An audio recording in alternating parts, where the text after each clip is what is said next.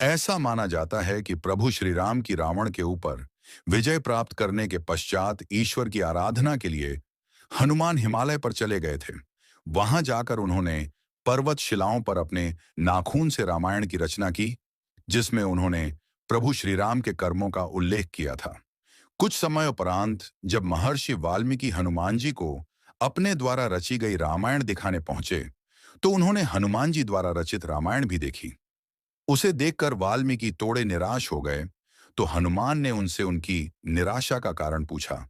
तो महर्षि बोले कि उन्होंने कठोर परिश्रम के पश्चात जो रामायण रची है, वो हनुमान की रचना के समक्ष कुछ भी नहीं है। अतः आने वाले समय में उनकी रचना उपेक्षित रह जाएगी। ये सुनकर हनुमान ने रामायण रचित पर्वतशिला को एक कंधे पर उठाया और दूसरे कंधे पर महर्षि वाल्मीकि को बिठाकर समुद्र के पास गए और स्वयं द्वारा की गई रचना को राम को समर्पित करते हुए समुद्र में समा दिया। तभी से हनुमान द्वारा रची गई हनुमद रामायण उपलब्ध नहीं है। तदुपरांत महर्षि वाल्मीकि ने कहा कि तुम धन्य हो हनुमान, तुम्हारे जैसा कोई दूसरा नहीं है। और साथ ही उन्होंने ये भी कहा कि वो हनुमान की महिमा का गुणगान करने के लिए एक जन्म और लेंगे। इस बात को उन्होंने अपनी रचना के अंत में कहा भी है।